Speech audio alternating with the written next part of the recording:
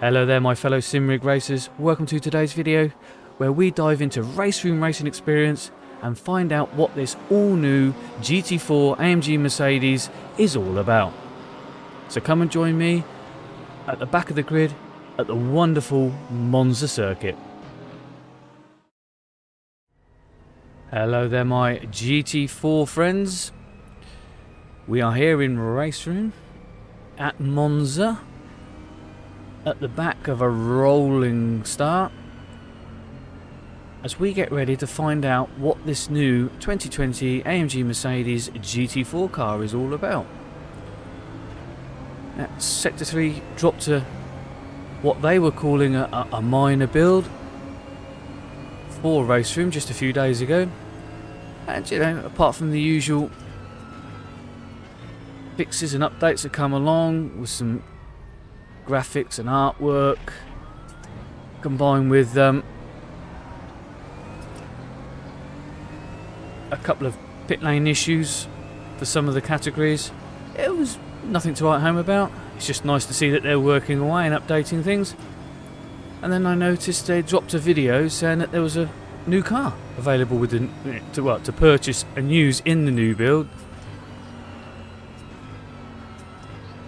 And I thought, do you know what? I'm going to download that. It's only a couple of quid.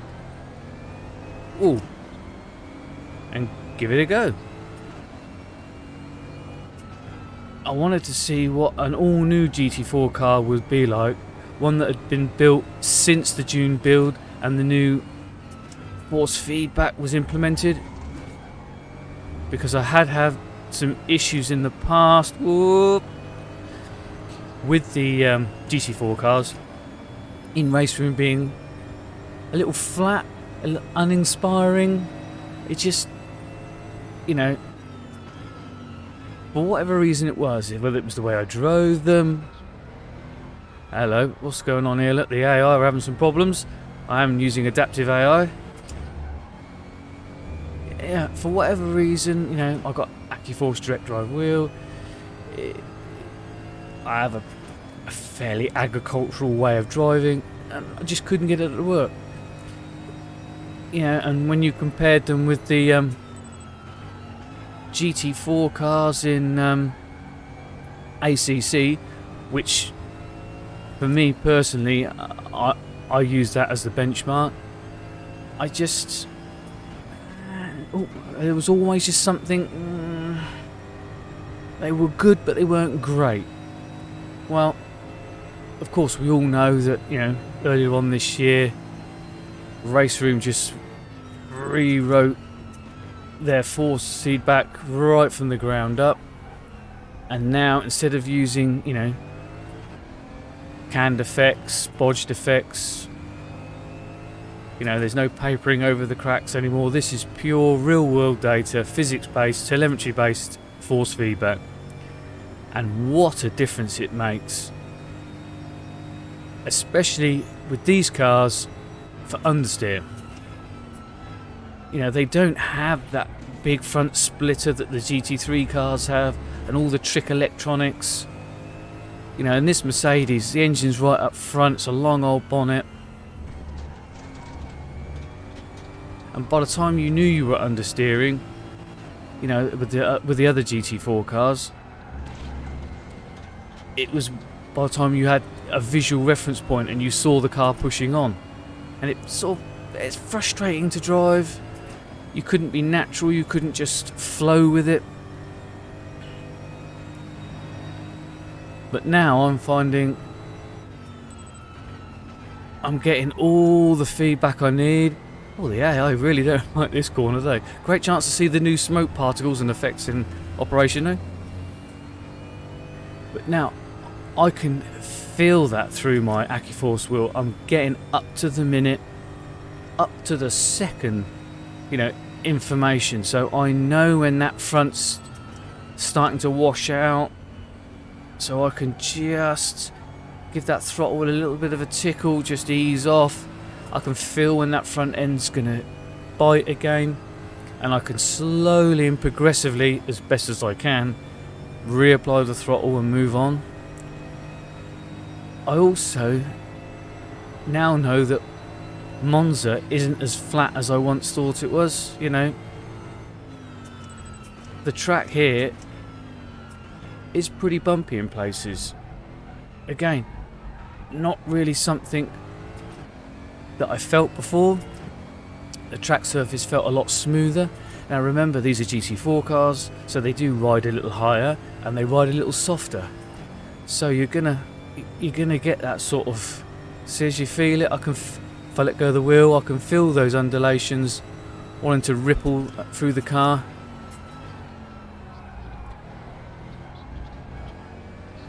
You feel more connected to the track. You don't feel like you're just driving on top.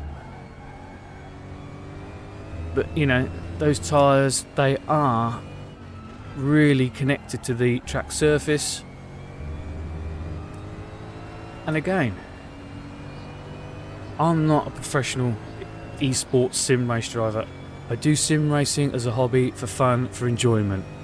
And this kind of thing, you know, feeling more involved with the sim adds to the level of immersion, and it just increases my sense of enjoyment, and I come away feeling satisfied, you know, oh yeah, I really enjoyed that.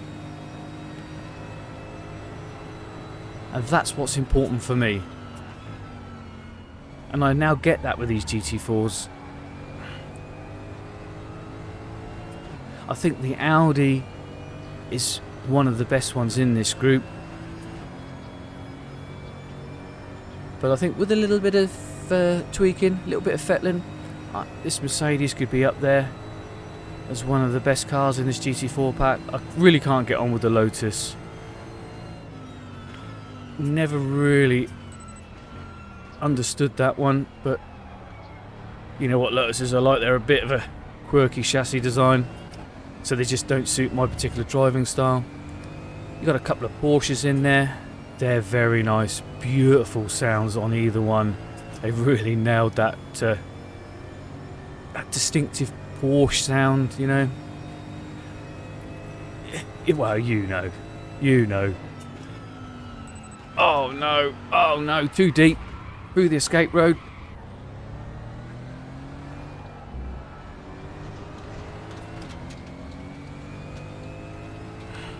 I got a bit carried away there, thinking about Porsche exhaust notes. But that's what a Porsche can do to a grown man. There's also the BMW in there. Very similar to the iRacing one I found. More or less on a par. But I think now, if you don't have ACC and you're interested in GT4 cars, then yeah, dive in. Grab the GT4 pack for RaceRoom. You will not be disappointed now with the new with the way the new force feedback has really brought these cars alive, and they're only a few quid, and they do look great. Hello, got a bit of a side-by-side battle going on, and the adaptive AI, they will put up a bit of a fight. But like I say, this is just a quick look. I wasn't expecting a GT4 car. I wanted to dive in and really see what a new car would be like. One that had had the opportunity to be built since the new June force feedback build. And yeah, how do they compare side by side to ACC? It's a close call. If I had ACC, I think I'd buy the GT4 cars in that. But if RaceRoom was my sim of choice, and I didn't fancy any of the GT3 cars, then yeah, you will enjoy these The only thing I did have to do, and I don't know whether this would be the same for other wheels, is I did have to crank up the force feedback multiplier, which can now be mapped to a button, and I've got it on the rotary dial on my button box. I just needed to give it a few turns there. I was getting the force feedback, the effects and the information. It was just that little bit lightweight, you know. It just wasn't enough resistance on the initial turning. I need a bit more weight because I'm a bit, you know, seesawy on the wheel, and it stops me from over rotating the car in. But that's another great thing about this sim is, you know, these little, the way that you can tune it in on a per car basis on the fly. It's fantastic. It's just one of the reasons. That and the amazing official rank servers. You've got to get yourself involved in some of those races. But this is why RaceRoom sits at the top of you know, of my sim racing list. Sorry, just held my breath there. I thought I might have braked a bit late.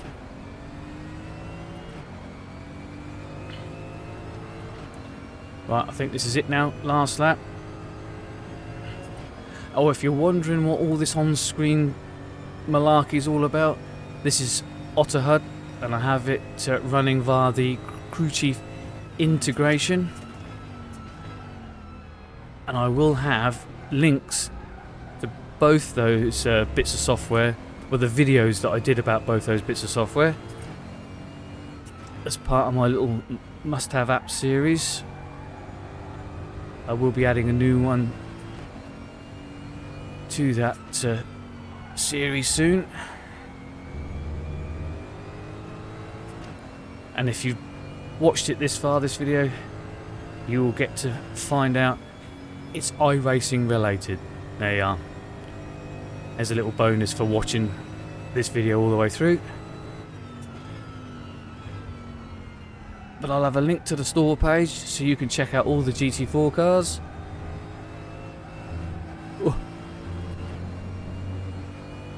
Oh, you nail that just right.